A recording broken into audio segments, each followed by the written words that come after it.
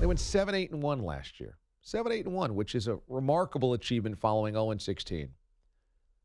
But you'll never find me pick a team that was sub 500 to win the division before they've ever had a winning season. It wasn't like the Browns went 7-8-1 last year. The year before were 10-6.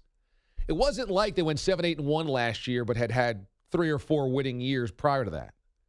This was a team that was 0-16, 7-8-1, had been a disaster for the better part of this century.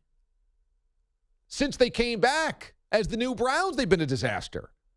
And people seemingly just decided overnight, well, they've got all the pieces, they'll put it together. They don't even have the same coaches last year. We have no idea whether Freddie Kitchens can coach. None.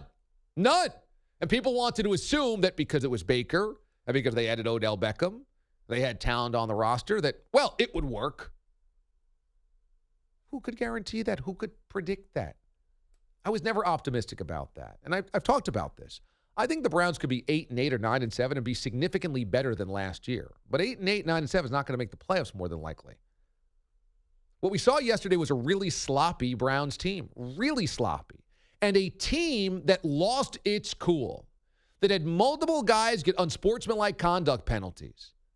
We saw a team lack any type of discipline.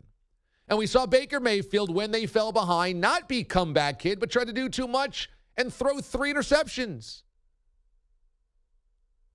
We have no idea whether Freddie Kitchens is a good head coach. None, because he's never done it.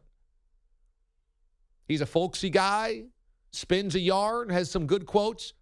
People like that. I don't buy it. It doesn't matter to me whether you're a good interview. What matters to me is whether you can coach, and we don't know.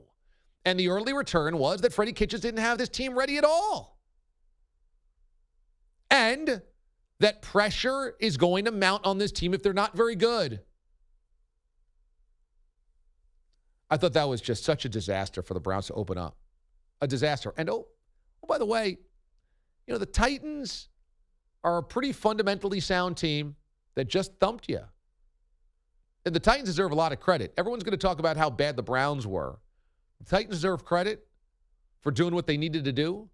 But all this expectation of the Browns was always so premature.